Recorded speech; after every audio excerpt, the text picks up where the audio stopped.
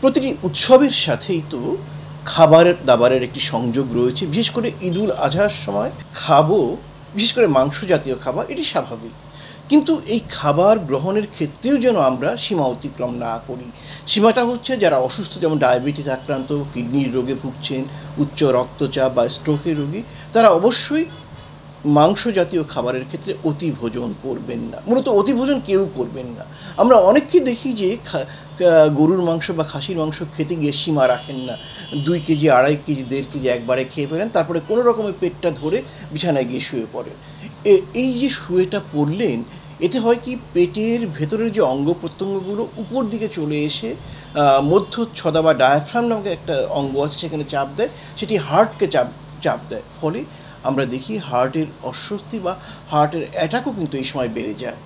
অতএব সবার প্রতি আমাদের আহ্বান থাকবে, কেউ অতিভোজন করবেন না।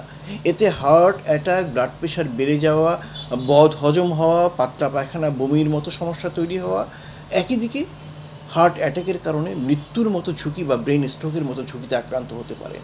এটি অবশ্যই মনে রাখতে হবে।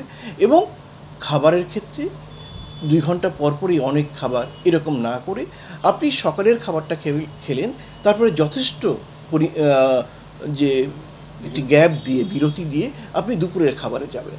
এবং মনে রাখতে হবে যে উৎসবকে আনন্দমুখর করার জন্য আমরা খাবার খাই, অতিভোজন কিন্তু সেই আনন্দকে বিষাদে বা বেদনাতে পরিবর্তন করতে পারে। আপনি বন্ধুদের সাথে, পরিবারের সাথে সম্মিলিত আনন্দের জায়গা থেকে আপনার স্থান হাসপাতালে হতে পারে। তারপরেই দেখি যে আন্তরিক সমস্যা বা গ্যাস্ট্রোএন্টারাইটিস, অর্থাৎ পাতলা পায়খানা, বমি, বদহজম, এগুলো নিয়ে যেমন রোগী আসে, এবং অতিভোজনজনিত কারণে পরোক্ষভাবে হার্টের রোগ বেড়ে যায়, ব্রেন স্ট্রোকের রোগী বেড়ে যায়, ব্লাড প্রেশারের রোগী বেড়ে যায়, এবং ডায়াবেটিসের রোগীদের ক্ষেত্রে দেখি যে অধিকাংশরই সেই সীমাহীন ভোজনের কারণে ব্লাড সুগার বেড়ে যাচ্ছে।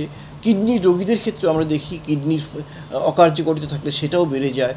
সব মিলে কিন্তু প্রতিটি ঈদের পরেই, বিশেষ করে ঈদুল আজহার পরবর্তী রাত্রে এবং পরদিন সকালে ভোরে আমরা দেখি যে বেশ কিছু রোগী কিন্তু হাসপাতালের জরুরি বিভাগে বেড়ে যায়।